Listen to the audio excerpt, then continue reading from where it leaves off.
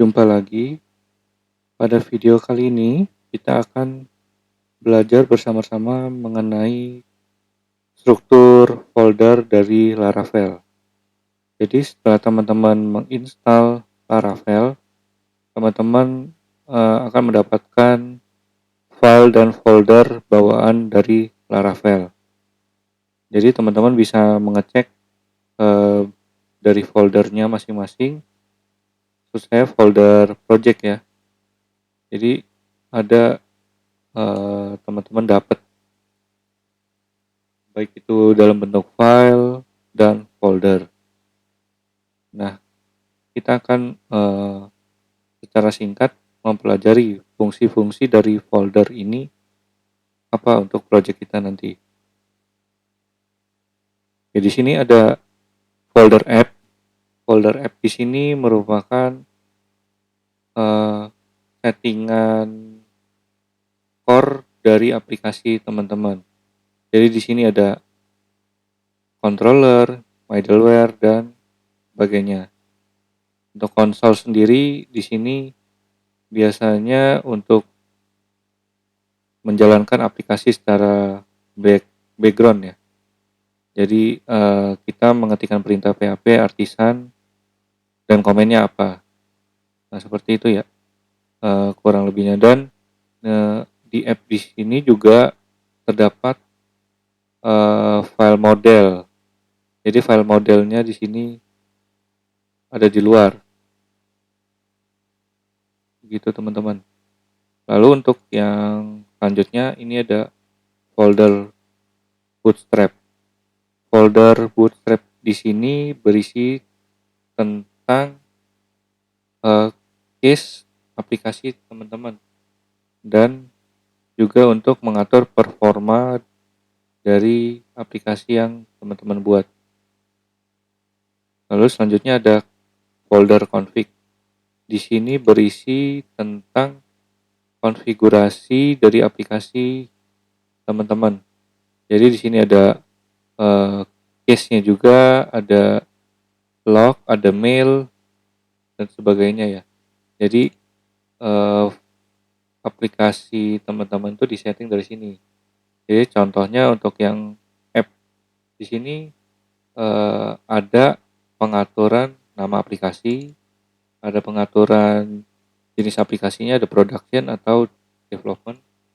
Ada juga di sini mode debugnya false atau true gitu ya. Kalau false nanti aplikasi teman-teman jika ada error dia nggak akan menampilkan error secara langsung, tapi di convert ke yang lebih humanis gitu ya. Jadi user-user lain nggak tahu nih error-error yang tidak sedap untuk dipandang gitu. Nah ini berisi tentang config dari aplikasi teman-teman.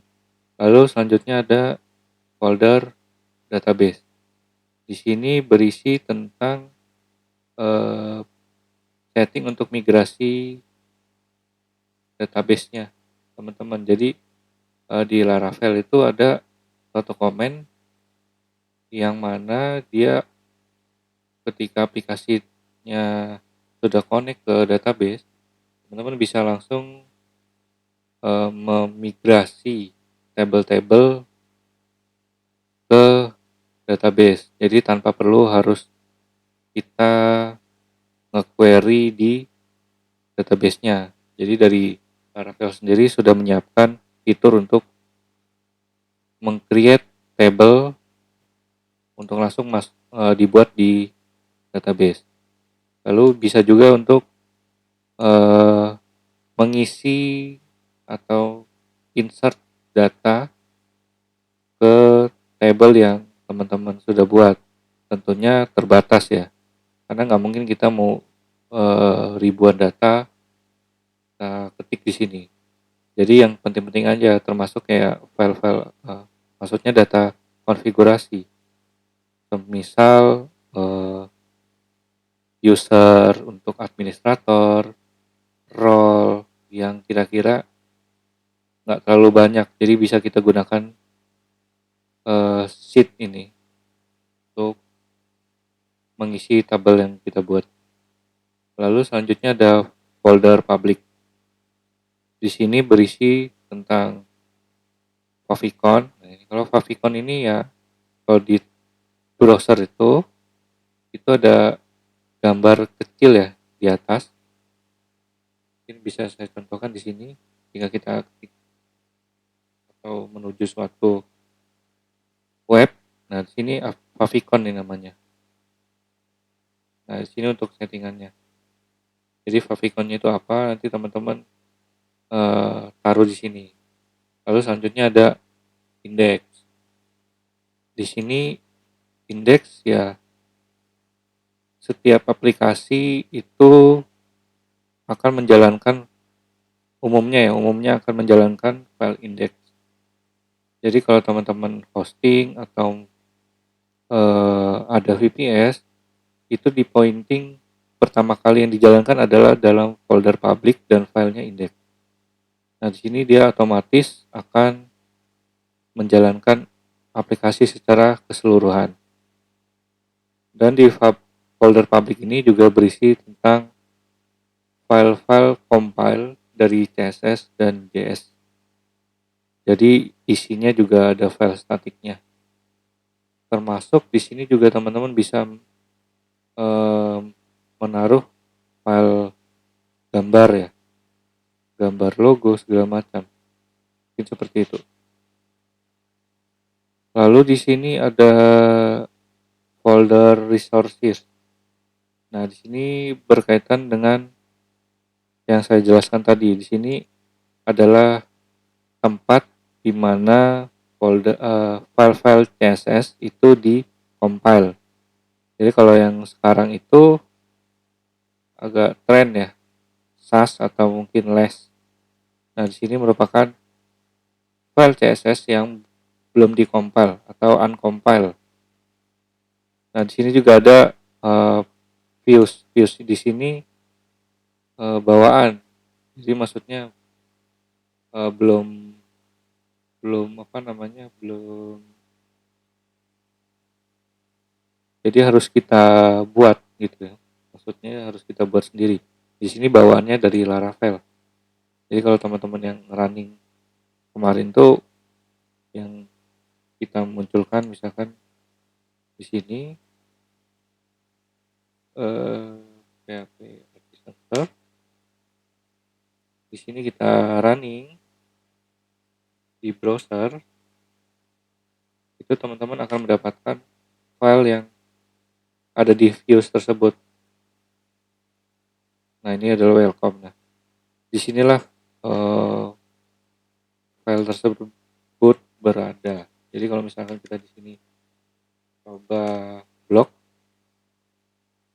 nah sini akan berubah. Jadi file inilah yang di load pertama kali ketika kita mengetikkan URL ini. Lalu selanjutnya ada folder route. Nah, di sini berisi tentang jalur ya, alamat-alamat page teman-teman itu ada di mana. Itu ada di web. Jadi berkaitan dengan tadi. Nah, kalau slash di sini maksudnya adalah root foldernya. Jadi ketika dia mengetikkan ini atau nama lainnya ya slash ini, dia akan mereturn view yang namanya welcome. Jadi view ini merupakan fungsi untuk mencari di sini resources views. Nah, ini ada welcome. Nah, ini ada. Nah, ini adalah jalur atau tracknya aplikasinya teman-teman. Dia mengarahnya kemana. Jadi nggak hanya di view juga sih. Jadi di sini teman-teman bisa mempointing ke controller. Jadi nanti dari controller memanggil view. Jadi tergantung kebutuhannya. Nah begitu ya untuk yang root.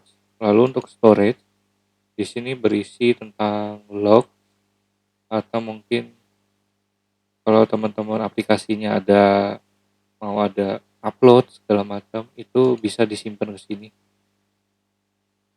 Ada di folder app public. Lalu ini ada test. Di sini fungsi folder test ini adalah yang berisi otomatis test, atau ya otomatis test lah. Yang kalau mungkin teman-teman pernah dengar, itu adalah PHP unit. Jadi di sini kita untuk setting PHP unit tersebut. Lalu selanjutnya ada vendor. Nah, di sini itu merupakan eh, file-file hasil dari Composer. Jadi kalau teman-teman install dari Composer, itu package-nya itu disimpan ke sini. Oke. Dan untuk file-file ini akan kita jelaskan di video berikutnya.